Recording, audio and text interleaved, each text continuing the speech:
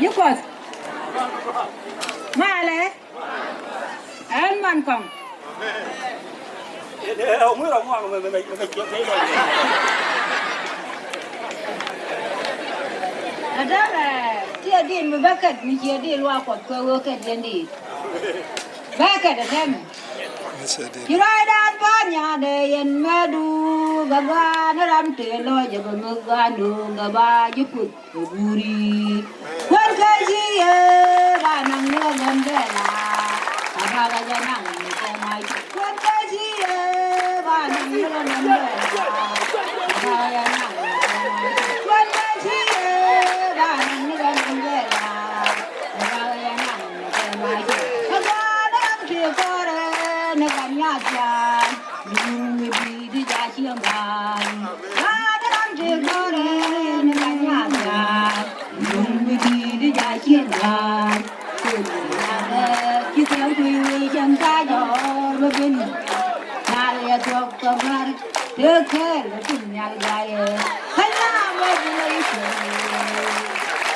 nhà mới lấy chuyện này hay là mới lấy chuyện này nhà mới lấy chuyện này nhà mưa không có được cái nó quen chiều xa đó là đúng thì là đã nó không có cũng mấy cái phải đi ngoài chuyện trái mà này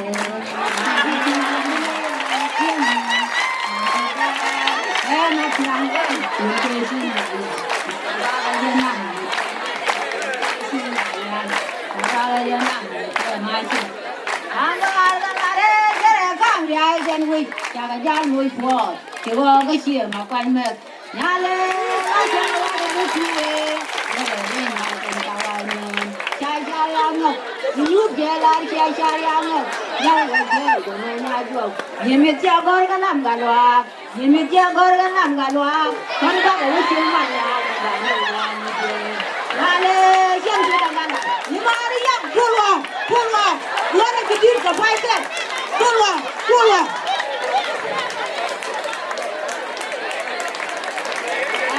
Thế là năm nay, đi đâu mà, chơi để đi đun, yang gì quật, năm nay cả đấy, yang gì loa coi cái đi ăn đấy.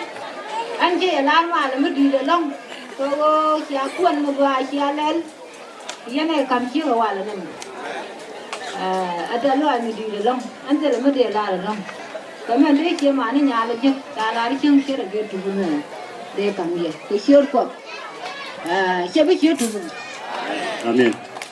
chia với chiếu thứ này, rồi thì chia là đó, đưa qua bên mà chia với chiếu thứ này, thế mà dia liền dia nhớ dia là thế này.